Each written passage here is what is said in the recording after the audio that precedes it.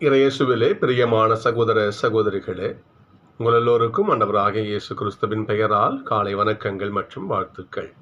நான் உங்கள் அகஸ்டின் வேதியர். இன்று ஜனவரி மாதம் 29ஆம் தேதி 2026ஆம் ஆண்டு. ஆண்டவரின் மடியில் 5 நிமிடங்கள். சகோதர சகோதரிகளே, ஆதியாகமத்திலே பாபேல் கோபுரம் நிகழ்ச்சியை வாசிப்போம். அந்த நிகழ்ச்சியில்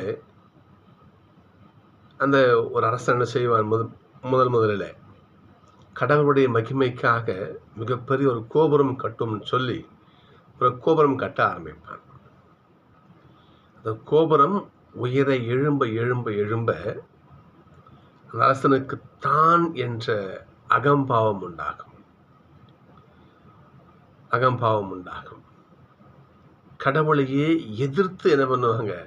நிற்பாங்க. முதலிலே கடவுளுக்காக, கடவுளுடைய மகிமைக்காக கோபுரம் கட்டுவோம்னு சொன்ன அந்த வாயி நமது புகழை நிலைநாட்ட ஒரு கோபுரம் கட்டுவோம் அதை மாற்றி தனக்காக அதை செய்வார்கள். எப்பொழுது கடவுளை மறந்து தன்னை உயர்த்தி கொண்டானோ அங்கே மிக பெரும் குழப்பம் உண்டாகி அந்த கோபுரம் இடிந்து விழுவதாக அந்த நிகழ்வு இருக்கும். பாபேல் கோபுரம்னு அது சொல்லுவார்கள். வாசிப்போம் நாம் ஆதியாகமத்தில். எவன் ஒருவனுக்கு தாழ்ச்சி இல்லையோ, எவன் ஒருவன் கடவுளை தூக்கி எறிந்து தன்னை முன்னிலைப்படுத்துகிறானோ அந்த இடத்துல ஆண்டவருடைய ஆசை இருக்குமா? நம்ம யோசிச்சு பார்க்கணும். முதல் வருஷம் தாவீது அரசனை பார்க்கணும். நாம ஆடு மேய்த்து கொண்டிருக்கின்ற ஒரு சிறுவனை, ஈசாய் இருப்பாரு, சாமுவேல் போவார், எல்லா பிள்ளைகளும் வருவாங்க. சாமுவேல் பார்வையில் அரசர் வேற யாராவது அவருக்கு தோணும், வேற யாரோன்னு அவருக்கு தோணும். ஆனால் என்ன பண்ணுவார்? சாமுவேல் இவங்க இல்லை என்று சொல்லி இறுதியாக சிறு பையனாக இருந்த தாவீதை ஆண்டவர் என்ன பண்ணுவார்? அரசராக அபிஷேகம் செய்ய சொல்லுவார். அப்பேற்பட்ட ஆடு மேய்க்கும் சிறுவனை ஆண்டவன் ஒரு அகிலம் போற்றும் ஒரு மிகப்பெரும் அரசராக ஆண்டவர் கொண்டு வருவார். எதற்காக? அவர் அப்படி இருந்தாலும் அவருடைய தாட்சியான வார்த்தைகள் நாம் முதல் வாசத்தில் வாசிக்கிறோம். நம்ம பாருங்க பார்ப்போம். ஆண்டவரே, நீர் என்னை வழிநடத்த நான் யாரு? என் குடும்பம் ஏது? என் குடும்பம் யாரு? நீங்க எப்பேற்பட்ட ஆளு? என்ன போய் நீங்க இதுக்கு இவ்வளோ பெரிய சொல்றது, இந்த இஸ்ரேல் ஆசிர்வதிக்கப்பட்ட சிறு மக்கள் கூட்டத்துக்கு எங்களை அரசாக வச்சிருக்கீங்க என்று தன்னை எந்த அளவுக்கு தாழ்த்துறாரு பாருங்க. அதை கீழே பாருங்க பார்ப்போம். நாங்கள் சின்னவங்க, சிறியது இல்லையா? ஊழியன் என் குடும்பத்தை என்ன பண்ணுங்க, நீங்க காவந்து செய்யுங்க, எங்களுக்கு ஒரு நல்ல ஞானத்தை கொடுங்க என்று கடவுள் முன்னிலையில் தன்னை தாழ்த்துகிறார்.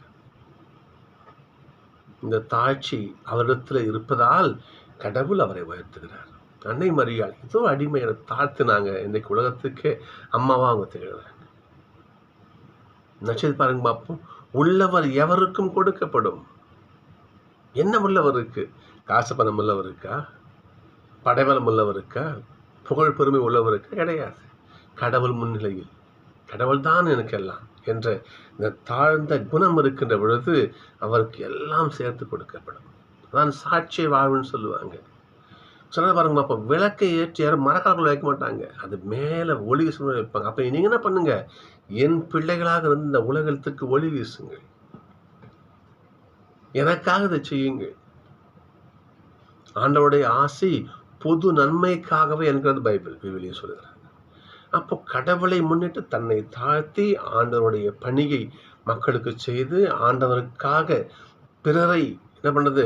மேலே கொண்டு வருவது, அந்த மக்களுக்கு நல்ல வழிகளை புகட்டுவது, மக்களுக்கு ஒப்பாக ஒளியாக விளங்கும் காரியம் எவன் செய்கிறானோ, இந்த குணமெல்லாம் யாரிடம் இருக்கிறதோ அவர்களுக்கு மேலும் ஆண்டவருடைய ஆசை அளிக்கப்படும். மாறாக நான் வாழ்ந்தா போதும், என் பெருமை சுரக்கணும், பாபேல் கோபுரம் மாதிரி நான் தான் முன்ன வந்து நிற்கிறேன் என்று தன்னை முன்னிலைப்படுத்தினால் அங்கே ஆண்டவருடைய ஆசைக்கு வேலையே கிடையாது. தன்னைத்தானே தாழ்த்துகிறவர் எவரும் உயர்த்தப்படுவர், தன்னைத்தானே உயர்த்துகிற எவரும் தாழ்த்தப்படுவர். நினைவில் கொள்வோம், தாழ்த்துவோம், ஆண்டவருடைய ஆசிரியை பெறுவோம்.